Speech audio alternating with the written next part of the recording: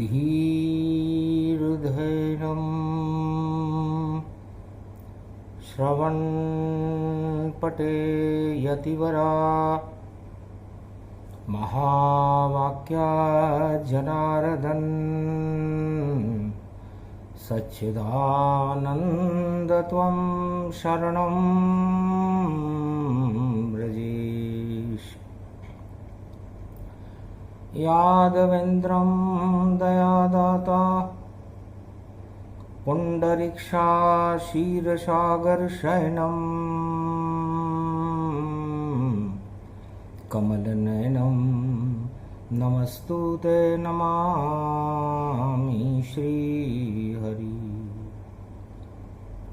धैर्य से जिसको धारण किया जाता है, कर्णपटुओं से जिनका पान किया जाता है, ऐसे सच्चिदानंद भगवान श्री यादवेंद्र सरकार को मैं नित्य ही चिंतन करता हूँ, नमन करता हूँ। जिनको नमन करने से मंगलादि मंगल तो हो ही जाते हैं, साथ ही में बहुत बड़ा बल मिलता है मनुष्यों को। मंगलवार माघ मास और मकर पर्व के साथ बजरंग बली की कृपा हो, पाप सभी घट जात। बजरंग बली मेरी नाव चली, मेरी नाव चली।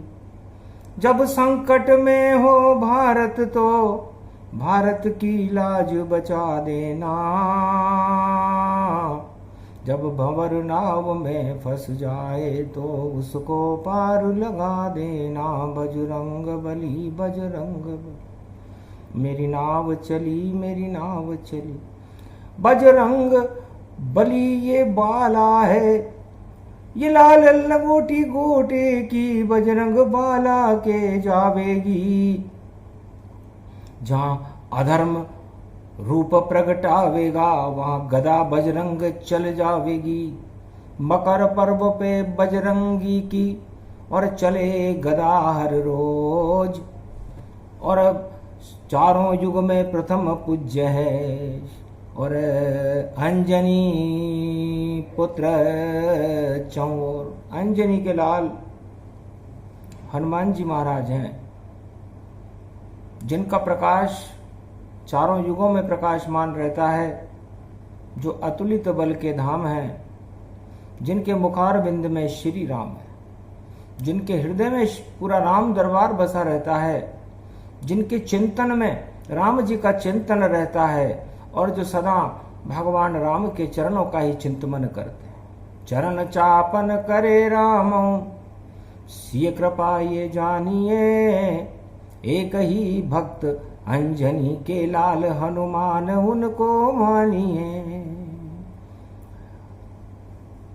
हनुमान जी महाराज का क्या प्रभुत्व है। इंडोनेशिया में इस समय वाणी है और यहां पर बाली रूप दीप प्रगटावा और पंपापुर की इसमें छाया। पंपापुर में हनुमान जी का प्रकाश हुआ, जन्म हुआ। बाली का भी जन्म पंपापुर में हुआ। वाल्मीकि और सुग्रीव का जन्म भी पंपापुर में हुआ। भगवान राम ने सारी व्यू रचना, सारे आतंकवाद को हटाने के लिए पंपापुर में ही प्रारंभ की थी। ऋषि मुख पर्वत था एक, जहां सुग्रीव मित्रता पाई थी और वाणी भी मित्रता निभाने इंडोनेशिया आई थी। तो सुग्रीव चाहता राजताज और देते हैं श्री राम। ऋष्यमुख पर्वत पर देखो वाणी पावन धाम। वाणी का प्रवेश कलयुग में मकर संक्रांति के महापर्व पर मित्रता को, धर्म को निभाने के लिए इंडोनेशिया में हुआ है। जरूर कोई शक्ति है देखो जो प्रकाश फैलावेगी और रामचरित मानस की शक्ति पूरे त्रिलोक में प्रगटावेगी। वाणी शिव रामायण और लिखे वाणी संतान, गौतम ऋषि संतान है और कलयुग में गुणगान। कलयुग में वाणी शिव रामायण रामचरित मानस का चरित्रांकन गौतम ऋषि की संतान वाणी गुरु ने किया। 125 घंटे की रामायण तहलका त्रिलोक में मचा देगी। वाणी इंडोनेशिया आई है और मित्रता धर्म निभा देगी। हनुमान जी ने अग्नि साक्षी में सुग्रीव और राम जी की मित्रता कराई थी। वो त्रेता युग था और उसके बाद सुग्रीव का राज्य तिलक हो गया था और बाली मारा गया था। कारण कमलनाथ मोहि मारा और मैं बेरी सुगरी वहीं प्यारा। ये प्रश्न उस समय त्रेता युग में बाली ने राम जी से कहा था मरते मरते कि आपसे पहले बैकुंठ में और जा रहा हूं सरकार और आप मेरे सामने खड़े हो राम रूप साकार। इसलिए अब मेरी कोई इच्छा भी नहीं है कि मैं आपसे कुछ मांगूं, जीवन मांगूं। राम जी के हाथ से मेरी मृत्यु हो रही है, इससे बड़ा सौभाग्य और क्या होगा। और मेरे किसी पाप का कर्म का दंड का फल मुझे मिला है, ये भी मैं जानता हूं। तो क्यों न भोग लूं दंड फल और क्यों न करूं शुभ काम। और अब बाली मेरा नाम है और बाली है सुखधाम। पुत्र मेरा बस एक है और अंगद रूपहूं जान और उसको शरण ले लीजिए। बोला बाली भगवान राम। भगवान राम से बाली ने कहा कि मेरी तो एक ही इच्छा है और अंतिम इच्छा भगवान पूरी कर देते हैं, इसलिए आप मेरे पुत्र को अपनी गोद में बिठा लो। गोद बिठाया राम ने तो शक्ति बड़ी अपार। अंग अंग में राम भर गया बनी अंगद सरकार। ये अंगद सरकार बन गई थी। राम जी का मनोनीत पुत्र था। राम जी के लव और कुश तो बाद में हुए, उसके पहले एक मनोनीत पुत्र पंपापुर में, इंडोनेशिया बाली और पंपापुर ये एक ही वस्तु है, अलग अलग नहीं है। इतना बल था बाली में, एक पल में पंपापुर बाली आ जाता था और जब चाहे तपस्या करता था, पूरे त्रिलोक में जाता था। इतनी तपस्या, इतनी शक्ति सुग्रीव गति जान और इतनी शक्ति थी हनुमान में और अंगद रूप समान। पंपापुर में रहने वाले हनुमान जी में भी वो शक्ति थी। पंपापुर में वाल्मीकि का जन्म हुआ, वाल्मीकि में भी वो शक्ति थी। और पंपापुर में ही सुग्रीव और अंगद का जन्म हुआ, उनमें भी वो शक्ति थी। वो पृथ्वी के किसी भी कोने में एक पल में जा सकते थे। तो उनका वंश और परिवार इस इंडोनेशिया में इस बाली द्वीप पर रहता था। तो बाली द्वीप बल जानिए और जिसको मिल जाए बल श्री राम, उसके सब पूरे कर देते हैं सारे काम राम भगवान। इसलिए मित्रता धर्म निभाने वाणी भी आई है। उस समय मित्रता हनुमान जी ने सुग्रीव और राम जी की करवाई थी और आतंकवाद का नाम निशान मिट गया था और सारी सेना, बंदरों की सेना से राम राज्य की स्थापना हुई थी और आतंकवाद का नाम निशान मिट गया था। यहां भी एक मित्र धर्म निभाने वाणी कलयुग में आई है। अब इसका परिणाम क्या होगा ये भविष्य के गर्भ में है, लेकिन अक्षर अक्षर वही होगा जो चाहेंगे राम। और देखो वाणी आ गई और इंडोनेशिया धाम सियाभर रामचंद्र शंकर हरिओम। श्री गणेश है बुद्धं वारा और दर्शन करे विष्णु परिवार। विष्णु परिवार के दर्शन यदि माघ के महीने में बुधवार को कर लिए जाएं तो 100 तरह के सौभाग्य को देने वाला होता है। और सदगति अदगति एकादशी और दशमी रूप सुजान और जिस पे हाथ रख देंगे विष्णु उसे मिले वरदान। ये कल है, बुधवार का दिन होगा, बाली में भगवान विष्णु के दर्शन होंगे। तो बाली द्वीप की धरती किसी बल को प्राप्त करने की शक्ति से कम नहीं है। अब वो बल किसे मिलेगा? वाणी को तो दिया हमने और दिया उसे वरदान। अरे पूरे विश्व में जहां भी जाओ साथ तेरे हनुमान। हनुमान जी और राम जी की कृपा तुम्हारे साथ रहेगी, चाहे कहीं भी चले जाओ। अंधकार भी होगा तो प्रकाश हो जाएगा और जो आप चाहते हो, जिसको चाहो दे सकते हो, लेकिन अपने लिए नहीं मांगना और देना दान समान। परहित करते रहना वाणी बोले राम भगवान। ये वरदान वाणी को भी दिया। तो करण नाम गति वैभव पाया और दानी करण द्वापर में आया। एक दानी था, कर्ण था, द्वापर सूर्य का पुत्र था। वैसा ही अंश कलयुग में भी है। दानी तो है, कर्म न हाथ होते हैं और पूर्व जन्म के ऋण है इसके ऊपर, तो इसका नाम करण पड़ा। लेकिन ये भगवान शिव का और शक्ति का उपासक है। पूर्व 3 जन्म से शक्ति शिव का बड़ा उपासक जहान, और उसके फल ये भोग रहा है, छोड़ा भारत धाम। लेकिन इसने भारत छोड़ दिया तो 12 अणु ही रह गए, और भक्ति मिली तन पाए। अरे धन को क्या कर पाएगा रे बेटा, राम शरण में आ। जब वाणी की शरण में आ गया तो धन भी प्राप्त कर लेना और राम को भी प्राप्त कर लेना। इसलिए अद्भुत चरित्र वेद में गावा, और हनुमान ये कल्प सुनावा। कलयुग में ये माघ मास में, और देखो वाणी आई है, और इंडोनेशिया की धरती पर वाणी परछाई प्रगटाई है। और वाणी वेदों की शक्ति है, और वाणी तो ईश्वर की भक्ति है, और वाणी ही वेद बनाती है, और भगवान के चरणों की भक्ति है। तो जिसके पास हो वाणी और दे दे चाहे वरदान, जो भी कह देगा मुख से और होए परहित भारत कल्याण। भारत के कल्याण के लिए हमने तुम्हें भेजा है बेटा, इसलिए भारत के ऊपर आंच जरा सी भी आए तो बोल देना, जो बोलोगे सच सच होवे। और करने वाला भारत पे प्रकोप रोवे, जो भारत पर प्रकोप करेगा और रोने लग जाएगा।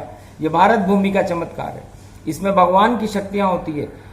और 33 करोड़ देवताओं की शक्ति इस समय भारत में मकर पर्व पर भ्रमण कर रही है। और वाणी को हमने इंडोनेशिया भेज दिया है, क्योंकि इसलिए भेजा, किस कारण भेजा, ये रहस्य गुप्त गति जान।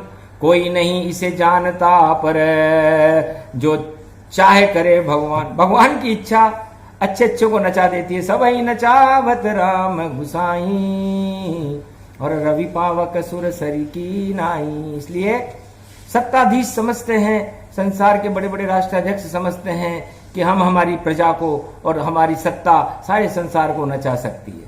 लेकिन नचत को नचइयो शाम, और सब ही नचावत शाम। और देखो पावन यो ब्रज धाम, और ब्रज रूप छायो है। अरे उसके पीछे नाचे दुनिया, कोई नचा न पायो है। ऐसो श्री कृष्ण भगवान इंडोनेशिया में आयो है।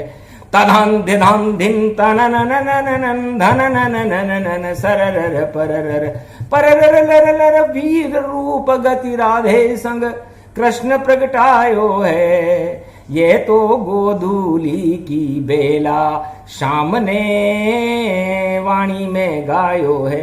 सुषुम्ना में देखो हुआ प्रकाशा, वेद मंत्र भजने लगे कैलाशा। और गोधूली की शक्ति शाम की शाम दिखायो है। ये वो तो नचत नचायो जान, त्रिलोक को इसने नचायो है। 16 कलाल है ये अवतारा, और जिस पे कृपा का हाथ रख डाला। बालन बांको उसको होवे, ऐसो बांके बिहारी है। जय जय गोवर्धन ये नाथ, श्री कृष्ण ये नंद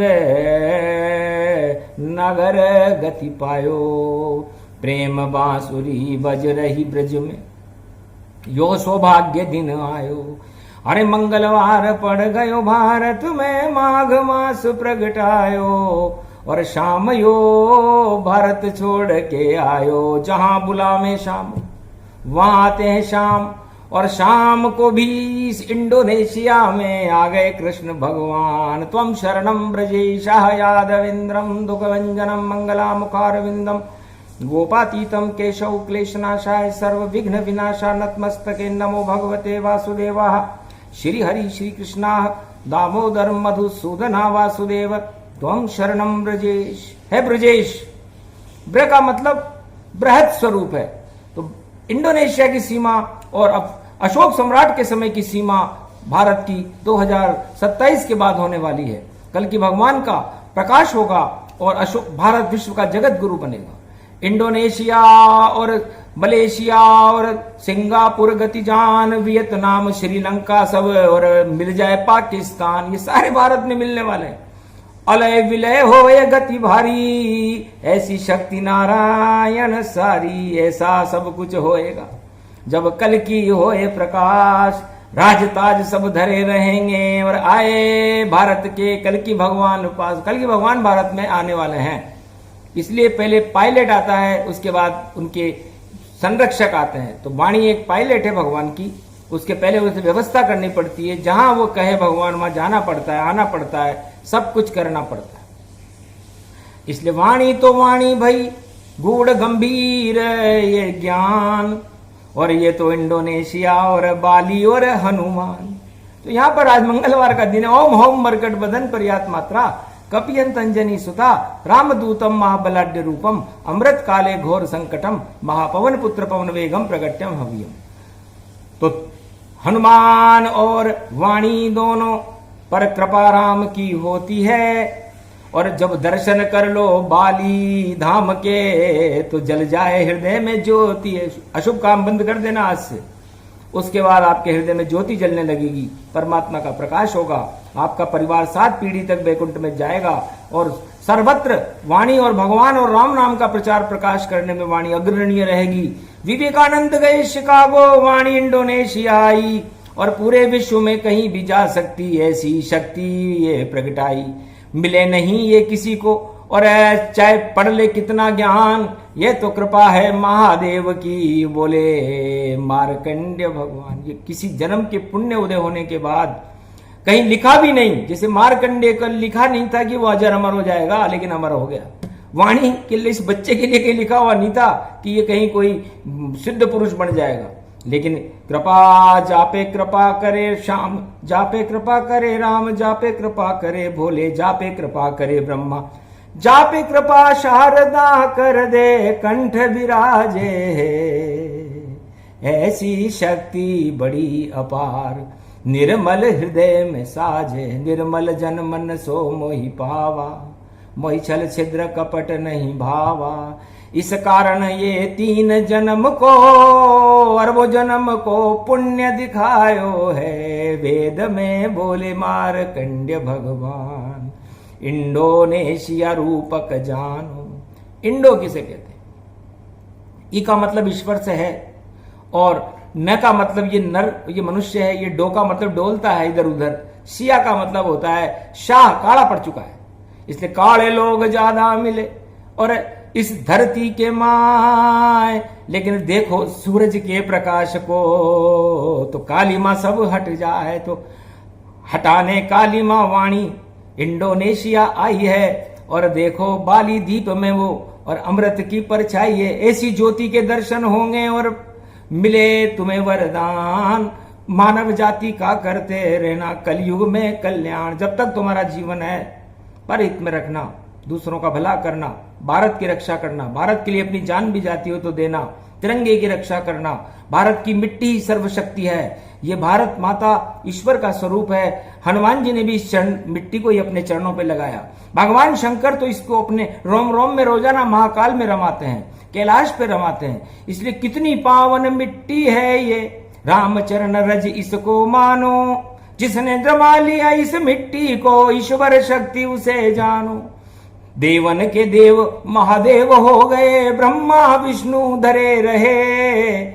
अरे रामचरण की रज को लपेटा, भस्मी में से भरे हुए। तो महादेव केवल महादेव के लगता है, महाविष्णु नहीं होता, महा ब्रह्मा नहीं होता। तो सोचो राम जी के चरणों की रज कितनी शक्तिशाली है। और सिया का मतलब सीता जी से है, और इंडो का मतलब ईश्वर से है, क्योंकि माया और ब्रह्म इन दोनों के मिलने से शक्ति पैदा होती है, और वो शक्ति इस समय इंडोनेशिया के अंदर प्रकट हो चुकी है। मंगलवार का दिन है, माघ का महीना है, भगवान विष्णु की कृपा है, तो सर्वत्र योग यहां मिले हुए, भारत जगमग हो जावेगा। और राम राज भारत में देखो 21वीं सदी में आवेगा, कोई रोक सके नहीं इसे, ये वाणी वरदान। जाओ सुन लो इस प्रसंग को तो हो जावे कल्याण। ये प्रसंग जो भी सुने सूक्ष्म रूप प्रसंग, कहां कहां से आया है और कैसे कैसे रंग। इसमें 4 वेद 6 शास्त्र 18 पुराण रामचरित मानस और सारे रामचरित्रावली इसके अंदर भरी हुई है। एकता सूत्र से बनी हुई ये वाणी है, क्योंकि मकर पर्व राष्ट्रीय पर्व को कहते हैं। राष्ट्रीय एकता सूत्र में सारे भारत को बांधे, सारे विश्व को बांधे, इसलिए हम पूरे विश्व को ही बांधने की क्यों ना तैयारी करें, क्योंकि हमें कोई राजनीतिक दल नहीं, हम तो भक्त ही जान। और भक्तों के बंधन में बंधते रामचंद्र भगवान। जब हनुमान जी ने सिफारिश कर दी तो सुग्रीव का राज तिलक राम जी से करवा दिया था। इसलिए राम एक बड़ी शक्ति है, और राम मकर रेखा के अंदर अपनी सुषमना अणु को छोड़ते हैं। जब 14 जनवरी होती है तो पूरे महीने भर तक मकर पर्व चलता है, उसी में गुप्त नवरात्र आता है, उसी से वो अणु छिड़कते हैं और वो अणु जिसके अंदर आ जाए वो महापुरुष या ईश्वर शक्ति बन जाता है। इसलिए इन अणुओं का आप अपने शरीर में, अपनी आत्मा में पान करें, उस अंधकार को हटाएं, प्रकाश में रहें, सदगति में रहें और भारत के अंदर राष्ट्र धर्म को सबसे ज्यादा माने, जाति और दल दल को नहीं। दल दल सारे कीचड़ जानो, नहीं कोई उसमें शक्ति मानो, कभी ऊंचे कभी नीचे हैं और जैसे एरोप्लेन आसमान में उड़ते उड़ते नीचे आता नैन। आसमान में उड़ने वाला 1 मिनट में नीचे आ जाता है, एरोप्लेन से सीख लो। सारे राजा एरोप्लेन में चलते हैं। एरो का मतलब होता है अरे तू रोएगा कब, प्लेन। प्लेन का मतलब होता है छल कपट पाखंड रचने वाला, वह खुद मुझसे शर्माता है, आना तो यहां तक दूर रहा पहले ही नष्ट हो जाता है।